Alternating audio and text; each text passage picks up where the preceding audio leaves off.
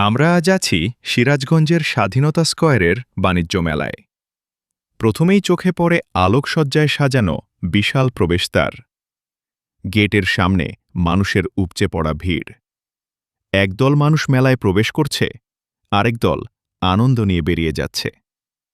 মাথার ওপরে ঝুলছে ঝাড়বাতির ঝলমলে আলো, যা পুরো পরিবেশকে আরও আকর্ষণীয় করে তুলেছে। গেট দিয়ে ভেতরে প্রবেশ করে সিঁড়ি বেয়ে উঠতেই দেখা যায় মেলার ভিতরের প্রাণবন্ত চিত্র।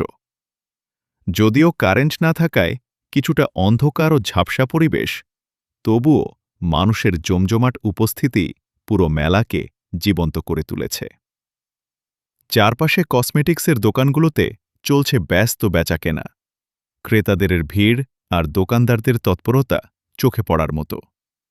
এক পাশে সাজানো আছে মেয়েদের থ্রি পিস ও বিভিন্ন পোশাকের দোকান, আর অন্য পাশে ছোট বড় সবার জন্য রঙিন খেলনার দোকান, যেখানে শিশুদের হাসি আর আনন্দে মুখরিত পুরো পরিবেশ।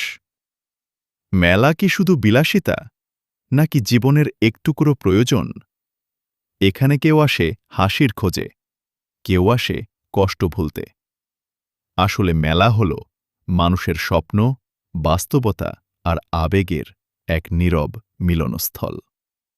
সব মিলিয়ে এটি শুধু একটি মেলা নয়, বরং মানুষের উৎসব, আনন্দ আর জীবনের নানা রঙের এক জীবন্ত প্রতিচ্ছবি।